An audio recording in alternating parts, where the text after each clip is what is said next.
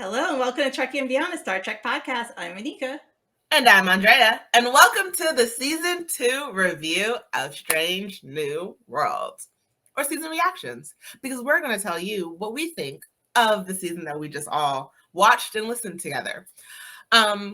Our normal season review reaction episode, we always normally have a guest with us, but today we decided to record on the holiday weekend, and a lot of people have lives outside of us, and I don't know if I like that, but we'll adjust that next time.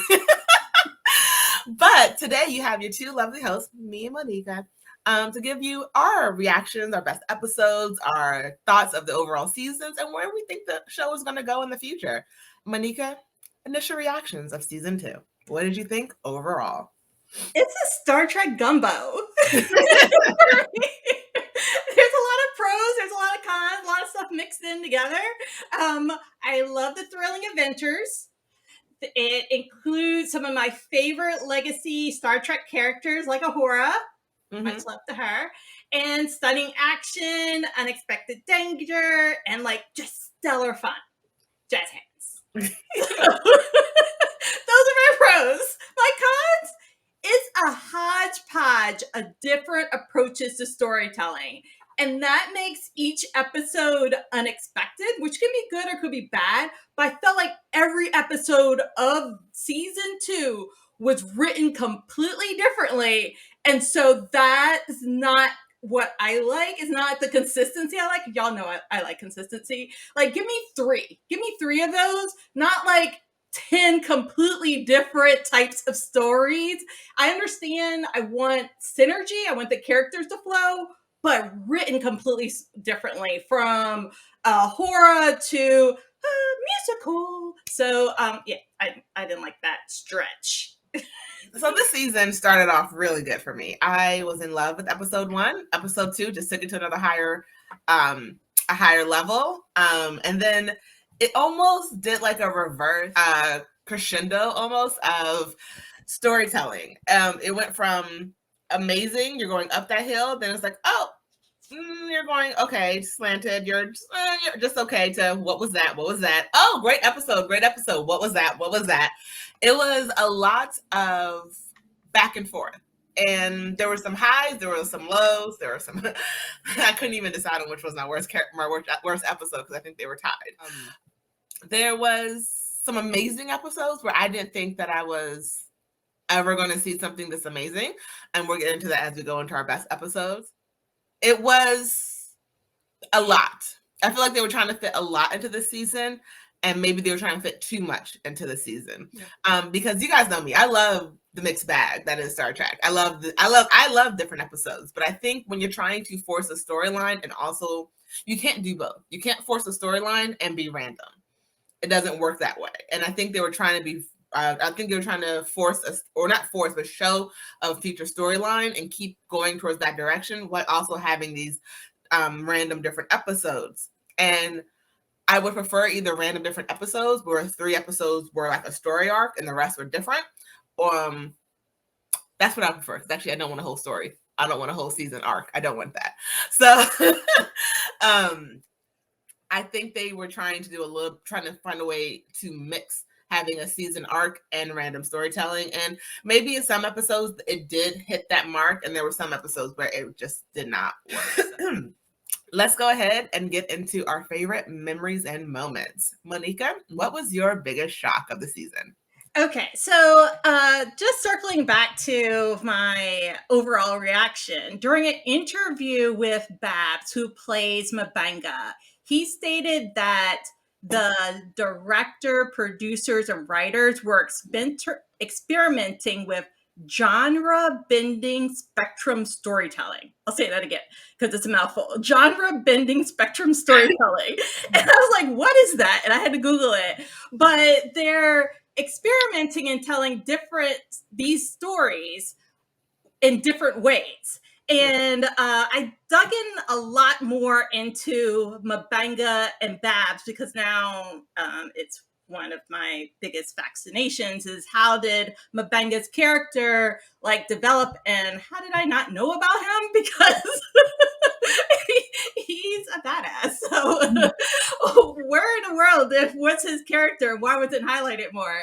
So I watched a few more of the original series. Unfortunately, he's not highlighted a lot there. I could only really find him in one episode in which he's trying to heal Spock, and he was the second in command in the sick bay. So it makes me wonder a little bit, but I really, and maybe this is why this episode, that's my shock, I'm getting to it, everyone, is so shocking to me. Because I did not know that Mabanga was the butcher of Jakal. And I was like, what? That was crazy for me. So, like, I just thought he was a doting dad and, like, the head of medicine on the Enterprise. Not that he was a combat war veteran, that he was also part of that Black Ops, and he was the inventor of Protocol 12, which was that like green juice that like was similar like a steroid that gave them more energy and stamina to fight off the Klingons in episode 1 of season 2, which is called the Broken Circle. So the biggest shock for me occurred in episode 8, Under the Cloak of War, in which we found out this whole thing. But this is all connected to little drops that they gave us across this season. Not so much the first season. Mm-hmm. But that lead in was like a long con for me, and like just the shocking ending. And I still think he was fighting for his life. It was self-defense. And that's my story. I'm sticking to it. So with his fight with General Ross. So I really like that storyline, that grittiness, that like talking of the other side of war, because all too often in Star Trek they kind of skip over what happens after wartime and how that affects the crew and the civilians and so forth like that. And so they talked about it, and there was a lot of really good acting, and you could see the emoting of those actors, like that really portrayed the PTSD and the anger within them from Erica Ortega's, from Nurse Chapel, from Dr. Mabanga, and so forth. So I really like that episode, as y'all can tell. So I will say, I still hold true that this episode was one of Pike's biggest failures as a captain. I do believe that his ability, I stand by what I said when I think I said it. I remember it correctly. You can't tell someone how to handle you can't tell someone just to get over their trauma or their pain, especially if you did not endure what they did. Especially putting someone who is probably responsible for their trauma and pain. It'd be different if it was like any other Klingon who came onto that ship. But this episode showed, in my opinion, one of Pike's biggest failures as a captain, because he just expected his people to put aside someone who is the reason they are upset. Like for Ortega's, it was just the fact that it was a Klingon in general. But for Nurse Chapel and Dr. Mbenga, this is the man that caused their trauma. You cannot ask them just to put it aside because he decided to change sides.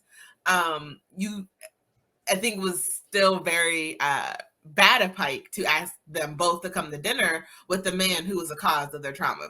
So I will say, yes, the biggest shock. This was a good shock. This was a great shock from this season of learning a little bit more about Dr. Mbenga, because as I said a lot in season 1, he was so annoying. I did not like this man. I was like, dude, if you do not stop forcing your daughter to live for you and like only being out when you want to see her, but not caring when she wants to be out, I strongly disliked this man in season 1. And so it was nice to start seeing a different side of him. In fact, when we had a little flashback of seeing them erase that Starfleet's code from the backup when they were like storing him so they could get him somewhere where he could be saved. Yeah. He did it so quickly, but we all know he would have never done it if it was his daughter. he would have never just erased the backup of his daughter if she was in that code. And I don't like how he's like, you got to make tough choices. You wouldn't have made the tough choice if it was your daughter. So don't judge her for like hesitating or trying to find a way to save someone. So I would hope that he would. He probably would find a backup for his daughter, find some other way around it. I think they could have saved him. They could have just like transported him out of the buffer and brought the new people in and then put him back in the buffer. I think that could have happened. I think that could have worked. It would have been a couple seconds, but I'm not the doctor. I think the producers are reinventing his character. You can't do that. You can't change compared to season 1. He can grow. You cannot.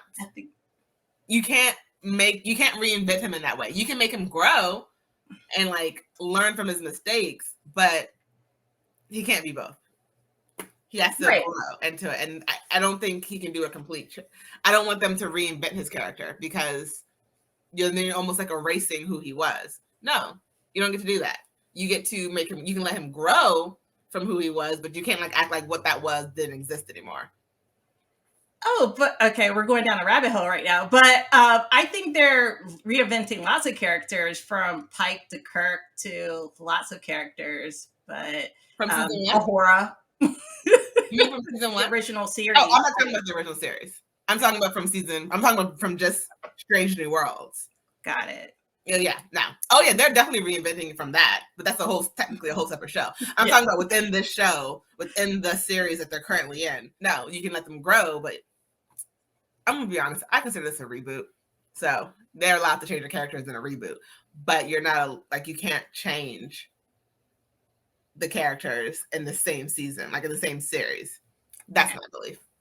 Speaking of series, so my final word on my biggest shock, I really like how they combine the scenes from Discovery, where they're at war with the Klingons, even though the Klingons look differently. I like how they're integrating that series, those scenes, into Strange New Worlds, not just forgetting that happened, but actually integrating the scene. So I like that combination. Yeah, me too. My worst episode was a tie between 3 episodes because I just strongly disliked all of them. I will tell you which one was the worst, but I'm going to tell you the 3 that tied. It was Subspace Rhapsody, the musical episode, Himagi, the season finale, and Among the Lotus Eaters, when they were like on that forgetful planet. I strongly disliked all of those episodes. Subspace Rhapsody, while I did like reason Subspace Rhapsody is not my worst episode overall is because while some of the songs and actions were just really stupid and just I have no other words except stupid. Among the Lotus Eaters, the reason that one is on the list, but not the worst one for me overall, is because I just didn't see the point of that episode. Like, in the long term of this season, I don't get why this episode existed. It's bad because I don't think it mattered. Like, for me, a good season is if you take an episode away, I feel like the season should lack for not having that episode. Mm-hmm. I don't think this season would lack if you didn't have this episode. I really don't get what the point of this episode was. So what? It was a character that no one cared about was still on this planet. Like, I don't care. Like, it did not make me care anymore about the show, this episode. Like, there's nothing about this episode that I was like, oh yes, let's go back for. No. It was as forgetful as the premise of that episode. But my overall worst episode was the season finale. I hate that finale for it to be a finale. I really would have preferred if this was a 2-parter, if this was a 3-parter. I think we really missed out on seeing the actual attack, the invasion, the people trying to fight back. I feel like they rushed the season finale for whatever reason. It felt so rushed. This episode could have clearly been a 2-parter. We could have saw the attack happen. We could have saw the ship being attacked. We could have saw Nurse Chapel, how did everyone else on the ship but one person die? We could have saw the people on the planet fight back. We could have saw the Enterprise trying to make it to them. But it just, I know we're following the Enterprise in this show, but like, could we see a little bit more? Could we see some flashbacks of other things? This episode was, oh my gosh, big attack. Like that's how this episode felt for me. And that's why it's the worst episode, because I just think instead of making it a season finale, this should have been episode 9 or this should have been episode 8. And then we should have been able to see more of what is happening on that planet. It just seems so rushed. And when there's a season finale, I want to be like, oh my gosh. I want to be left like jaw dropped, excited for the next season. And this one did not make me excited for the next season. Like I'm not waiting on my like pins and needles hands and like all that for season 3 of Strange New Worlds, because I just felt like this ending was rushed. It felt really rushed, and I just don't like it. So that is my worst episode and the reason why. Any thoughts on that, Monica? The tough thing about the season finale is that they have been mentioning the Gorn in little segments along the way. Mm-hmm. And we had, I think, 2 Gorn episodes in the first season. So I was expecting some grand finale, as much effort as they has put into other episodes like Subspace Rhapsody, and they didn't seem to have vested as much energy into the finale, maybe because it's part of the next episode in season 3. However, with the writer strike and the actor strike, this is going to be a long cliffhanger. Like, we're going to have to wait possibly until late 2024, 2025 for closure. And that's what I don't like. I think some of the scenes in there was a little clever, but overall, not the best. And it's not in my top 3 favorite. Since we're talking about least favorite, I'll jump right into it because you also mentioned Among the Lotus Eaters. Okay. And for me, that was the bottom of the barrel. Like as low as you go. And time out. Go on record that we agree again.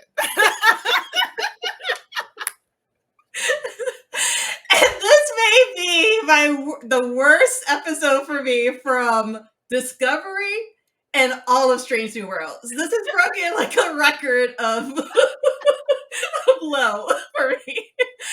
And that's because I know that Star Trek can do flashbacks well. I know that there's also really good storytelling, and I know that also they can develop these character arcs. I didn't see any of that here. There was no flashbacks to what they were referencing, even though this is supposed to be a sequel to The Cage. And then also the acting was not as good. The stunts were not as good. It was I don't know what they were doing there. They were trying, it didn't work for me. It was bad. And I also want to mention that this is supposed to be connected to the original series. So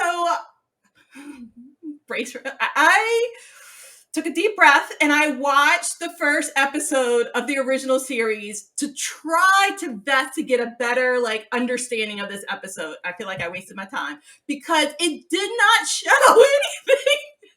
There was one scene which was like a hologram, which was like a fascination in Pike's mind of this castle. It wasn't even real. So I don't get it. I really don't understand this episode.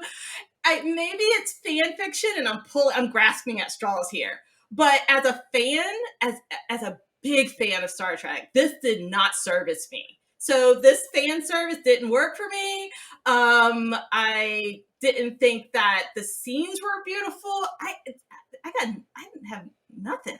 See, if you take it out, we're not missing anything, which is why it was on my list of worst episodes. I don't know what the totem represented. Does it represent the Bible, the book?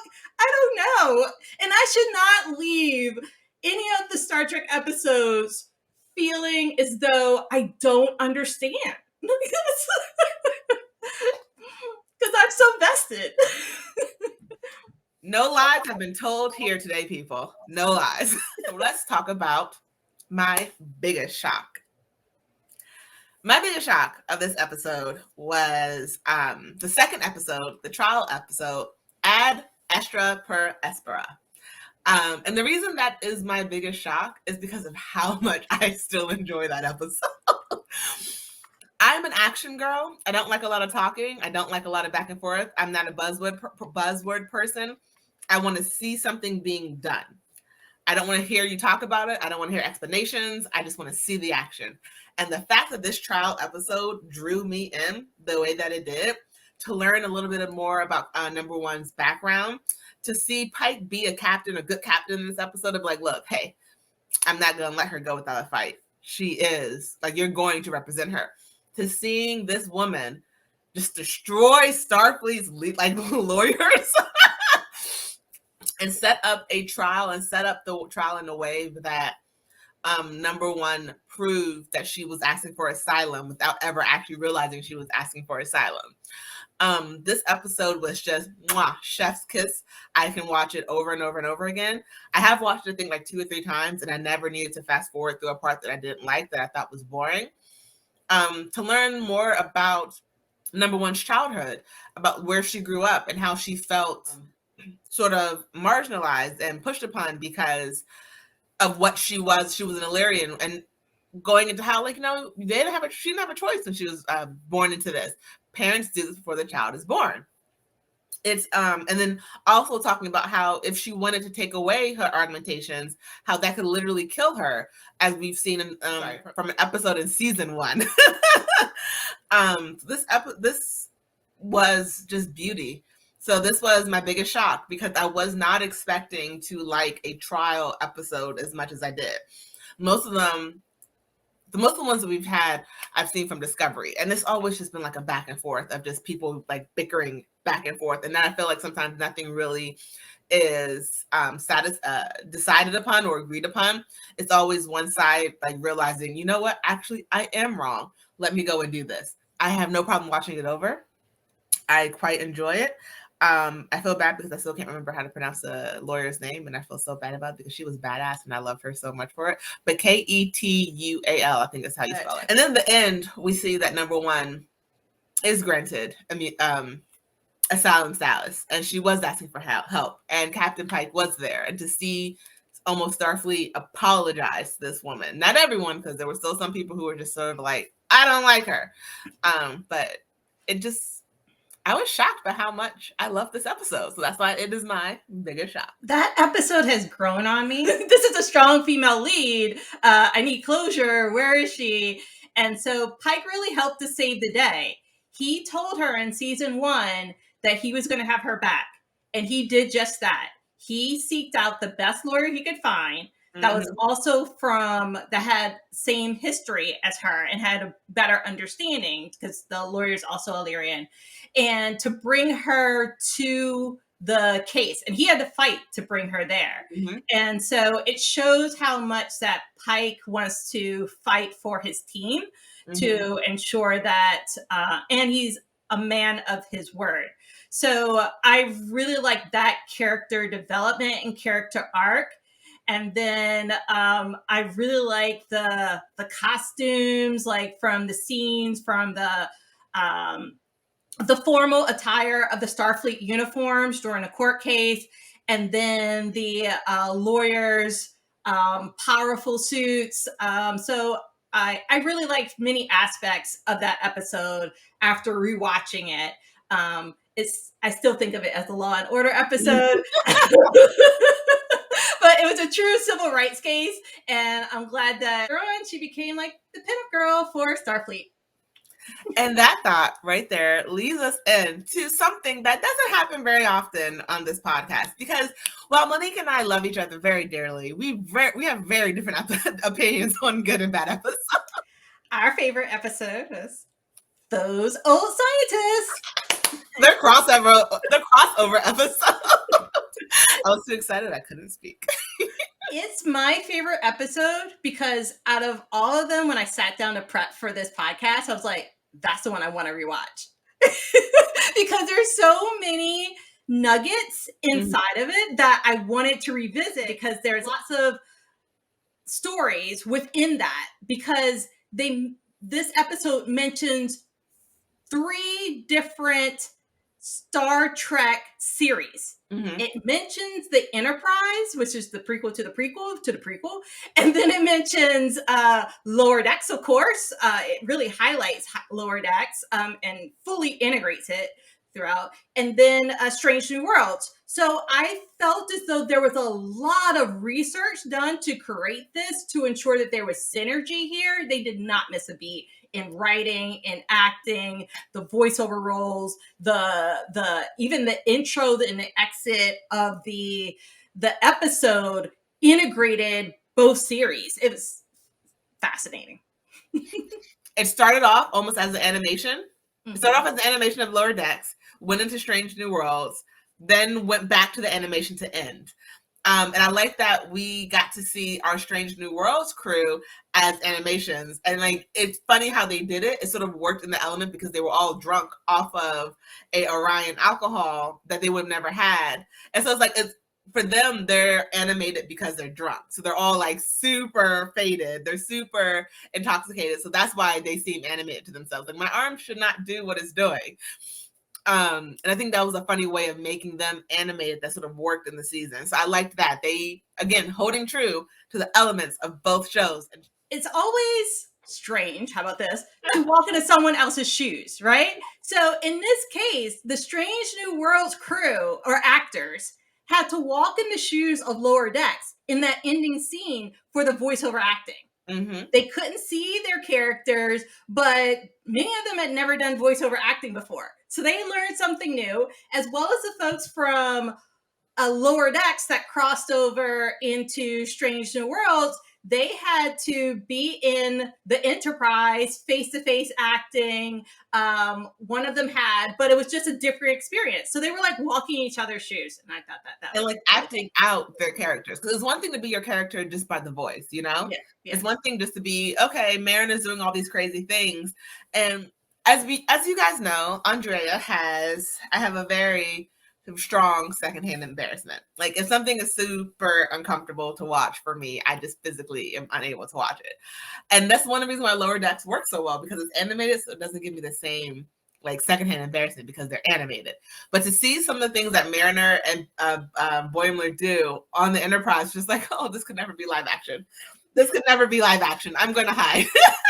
Like, to think of them having to act out their characters of Mariner's like, I think that's what I just said. Are you not, like, what is going on? Like, are you not understanding me? Or they're like little side conversations that only really truly work as animated, because like you can act like the other people can't hear you.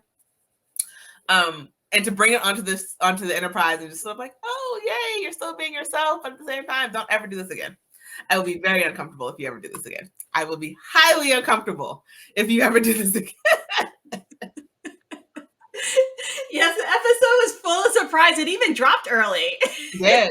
So, and one of the most memorable scenes for me, and maybe because I also know of those actors, is when Ransom mentioned to Boimler that he had met the hottest first officer in Starfleet history, and that was on Boimler's poster. And that was actually the actor's wife. So the real life Ransom and the real life Una are married. So basically, Rebecca Roman and Jerry McConnell are married. And so it was really cute to see that connection. Y'all know that I'm a romantic at heart. So, yeah. And I'm dead inside. So, you know, this episode really was probably one of the best episodes I've ever seen of Star Trek. It was just funny. It was serious. It was, even when they talked about the Orions and how they gave respect to Orion scientists, and seeing Boimler grow in that aspect, because he always, we see that Tendi is working very hard to like go past who she used to be. She is trying to improve upon herself and grow and trying to change other people's opinions about Orions. And Boimler is very much, if it's not in the history book, it didn't happen. And that's not always the case, because history is only written by the victors. So why would they ever talk nice about people who they think are the bad people? And to go back and be like, I can't, like, try and honestly work with his heroes or technically sort of work against his heroes to save this Orion ship because his friend in the future is an Orion. So he's like, I know that ship can't be dangerous because my friend is still alive. You were never going to take out the ship because she's still alive in the future. Her grandmother's on that ship. You can't hurt that ship. And to even like show how he's grown, it's like, there are Orion scientists. That's an Orion science vessel. Like, are there even Orion scientists? Well, someone has to build the ship. So it's like he's making a change, a positive change for his friend to show how he's grown from both the future and the past to help change the past thinking of not all Orions are pirates. There are some who want more, who want better. And to see that sort of fact change, how he improved an Orion's life in the past. And it didn't go back to the future and tell Tendi, you're right. They did discover it first. All around, great episode. Amazing. Well done. As we go into our last part of this season review, our wrap up, and our thoughts for what's going to happen in season 3 of Strange New Worlds. Sure. So first of all, they better not. The writers and producers better not start off season 3 skipping over Gorn and going into some other story and then circling back to Gorn. That's not how this works. TV continue, it should pick back up. Because I know they did that with between season 1 and 2. So I hope they pick up with the Gorn story, give us some closure. They may need, I guess, 2 stories to wrap this up because there's a lot there. Maybe still some flashbacks, but yeah, resolve the Gorn. That's a given. But I also would love to see more information and acting from the actress that plays Pilia. I would like to know how they're going to retain that character, even though Scotty's there. So will she mentor Scotty? And then he becomes a full engineer and she goes off back to Starfleet Academy or something like that. I don't know, but I'm hoping they're just not going to write her off the show now that Scotty's back. Please don't do that, please. We can have 2 engineers. That's totally fine. I like her frankness. I like a wise character in series. She's unapologetic. She's like, yeah, I'm a space hippie. Yeah, so I like that kind of dynamic. She's brutally honest. She did so with Boimler as well. So circling back to those scientists, she told Boimler, like, the best thing to do to solve this problem is to fix the portal so that you don't mess anything else up. So, and that was brutally honest. It was the wise thing to do. And they did just that. And to solve the problem, to move on, to complete the mission. So I like those types of characters to also break up the minutia of some Star Trek jargon and philosophy and stuff like that. Like, sometimes you just need a wise character, get right to the point and help move the story along. So yeah, I hope they keep her character. I do agree for my thoughts for season 3. I do hope that they start off with the Gorn because you need a stronger start than the way that it's finished. Again, as I stated earlier, the season finale was my worst episode because I think it was done so rushed. I would like for them to take the first 2 or 3 episodes of season 3 and really flesh out what happened. Because you can't start off the season talking about the Gorn and then in the end just give like a little, like, you rushed over it so much when this should have been or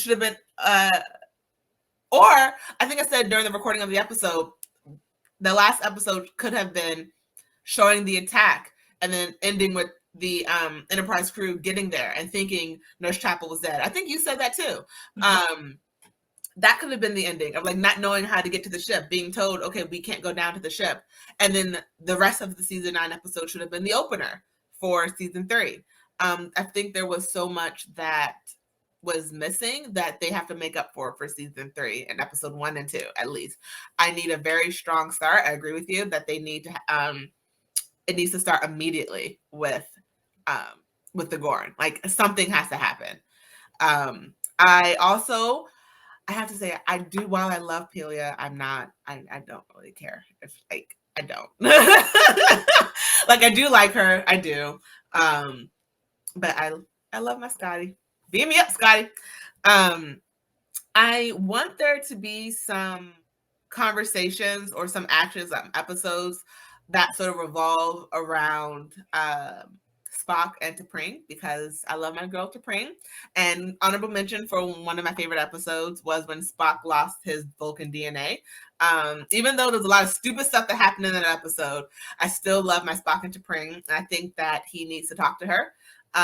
Granted, though, at the same time, I do want more for her because she was so quick to just jump into bed with Nurse Chapel, and I was like, but I still would like to see some type of resolution there. And granted, I know what's going to happen in the original series, but still, this is a reboot. I want to see something different. I would like to see some more about Illyria. Number one, I like to see. We know that she becomes a poster girl, literally the poster girl for Starfleet. I would like to see more about her. Starfleet opening their eyes when it comes to Illyrians and understanding that people who were born that way, it's not fair to punish them for decisions that they were never allowed to make about themselves. And maybe opening that door of allowing more Illyrians into Starfleet. I need to see more of my James C. Kirk. Even though him and La'an don't work, and I don't really want them to work, I've thought about it. I don't really want them to work because she fell in love with the version of him that never existed. I'm liking the version of him that I'm seeing. And in that episode where we got to see him and her and Spock all sort of congregate and meet and start being their friends, I want to see more of that trio happening a little more in season 3. Because I did squeal when I saw all three of them sit down. I was very excited. So I would like to see more of that trio happening in season 3. So apparently I have a long wish list of things to come. But those are all the things I'm sort of looking forward to be either touched upon, hinted about, except the Gorn. That needs to be like fully fleshed out. Everything else can be touched upon, hinted upon. But Gorn, you better be number one. Agreed.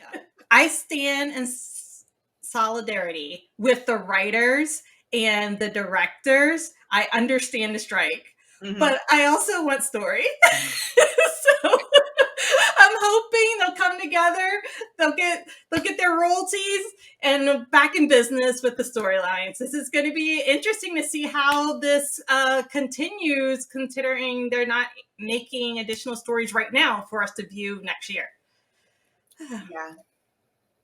I need more, but yes, them what there were. Right. For the long haul. For the long haul. Yeah. So as always, I'm Andrea. I'm Monica. And live long and prosper.